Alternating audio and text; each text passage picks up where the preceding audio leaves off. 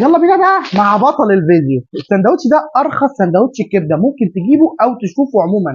سعر السندوتش 3 جنيه زي ما قلنا في اول الفيديو. تقدروا تعملوا لايك على الفيديو دوت وتقولوا لنا ايه رايكم في الفيديو وسبسكرايب عشان تتابعوا كل حاجه جديده تنزل معانا. ويلا بينا مع اخر سندوتش ابو 3 جنيه. طبعا وعشان السندوتش ده صغير حبتين فما كانش ينفع واحد او اتنين. انا جبت منه 5. طبعا ربنا يستر. انا مش عارف ايه الحيوان ان الكبده بتاعته ب 3 جنيه ده. بس خلينا نشوفه. ده حجم السندوتش شايفين قد ايه. ده كميه الحشو اللي جواه. بصوا انا شايف ان الحشو اللي جوه منه قليل جدا. بس برضه في نفس الوقت انا ما اقدرش اقول ان هو ينفع يبقى كتير. يلا بينا نجرب السندوتش دوت. ولا يصيبنا الا ما كتب الله لنا. يلا بينا ندوق الطعم. بسم الله.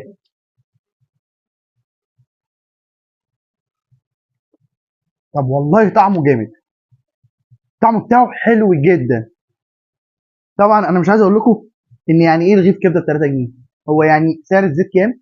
سعر التوابل كام؟ سعر الفلفل اللي كان فيها كام؟